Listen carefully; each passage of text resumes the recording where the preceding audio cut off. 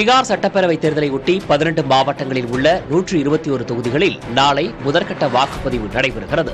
காலை 7 மணி முதல் மாலை 5 மணி வரை வாக்குப்பதிவு நடைபெறும் நிலையில் அதற்கு தேவையான அனைத்து வகை ஏற்பாடுகளையும் தேர்தல் ஆணையம் செய்துள்ளது.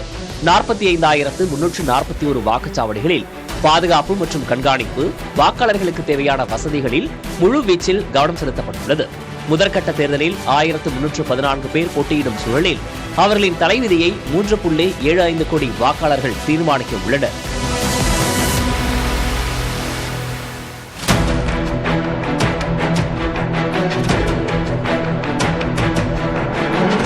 பீகாரில் நாளை முதற்கட்ட தேர்தல் நடைபெறும் நிலையில் அதில் தேஜஸ்வி யாதவ், தேஜ் பிரதாப் யாதவ் உள்ளிட்ட நட்சத்திர வேட்பாளர்கள் களம் காண்கின்றனர். 121 தொகுதிகளில் முதல்வர் வேட்பாளர் தேஜஸ்வி யாதவின் ரகோபூர், அவரது சகோதரர் தேஜ் பிரதாப் யாதவின் மஹுவா, துணை முதலமைச்சர்கள் சாம்ராட் சௌத்ரி போட்டியிடும் தாராப்பூர், விஜய்குமார் சின்ஹா போட்டியிடும் லக்கிசராய், பாடகி மைத்ரி தாக்கூர் போட்டியிடும் அலிநகர் ஆகியவை முக்கியத்துவம் வாய்ந்ததாக பார்க்கப்படுகிறது.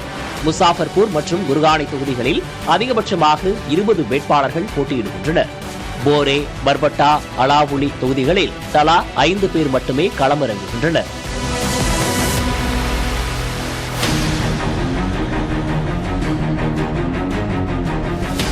பீகாரில் நாளை முதற்கட்ட வாக்குப்பதிவு நடக்கும் சூழலில் மொத்தமுள்ள 121 தொகுதிகளில் இந்தியா கூட்டணி சார்பில் 126 வேட்பாளர்கள் போட்டியிடுவது ஆச்சரியத்தை ஏற்படுத்தியுள்ளது. வைஷாலி, பச்வாரா, ராஜபக்கர், பீகார் ஷெரீப் மற்றும் பெல்தௌர் ஆகிய 5 தொகுதிகளில் காங்கிரஸ், ராஷ்டிரிய ஜனதாதளம், சிபிஐ கட்சிகளின் வேட்பாளர்கள் களம் காண்கின்றனர். இது தவிர 73 தொகுதிகளில் ஆர்ஜேடி வேட்பாளர்களும், 24 தொகுதிகளில் காங்கிரஸ் வேட்பாளர்களும், சிபிஐ எம்எல் வேட்பாளர்கள் 14 இடங்களிலும், சிபிஐ வேட்பாளர்கள் 5 இடங்களிலும் போட்டியிடுகின்றனர். அதேபோன்று என்டிஏ கூட்டணியை பொறுத்தவரையில் ஐக்கிய ஜனதாதளம் கட்சி 57 இடங்களிலும், பாஜக 48 தொகுதிகளிலும், லோக் ஜனசக்தி கட்சி 14 இடங்களிலும் களம் காண்கின்றனர்.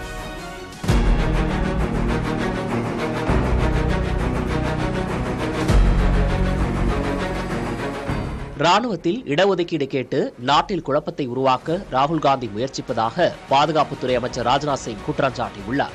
பீகார் தேர்தல் பரப்புரையில் பேசிய ராகுல், நாட்டில் உள்ள 10% உயர் வகுப்பினர் ராணுவத்தை கட்டுப்பாட்டுக்குள் வைத்திருப்பதாக விமர்சித்திருந்தார்.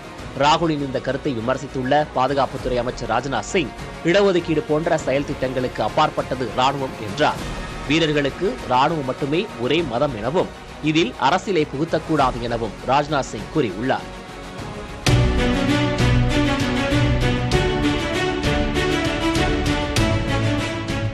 பீகார் பேரவைத் தேர்தலில் முன்னாள் முதல்வர் லாலு பிரசாத் யாதவ் முதல் முறையாக பரப்புரையில் ஈடுபட்டார். புல்வாரி ஷெரீப் தொகுதியில் நேற்று அவர் காரில் சென்று பரப்புரை செய்தார். இது அவரது வீட்டிலிருந்து சில கிலோமீட்டர் தொலைவில்தான் உள்ளது. 2ஆம் கட்ட தேர்தலில் ஓரிரு தொகுதிகளில் லாலு பரப்புரை செய்வார் என அவரது குடும்பத்தினர் தெரிவித்துள்ளனர். 77 வயதான லாலுவுக்கு இதய அறுவை சிகிச்சையும் சிறுநீரக மாற்று அறுவை சிகிச்சையும் செய்யப்பட்டுள்ளது. இதனால் அவர் வீட்டிற்குள் இருந்தே அரசியல் பணிகளை கவனித்து வருகிறார்.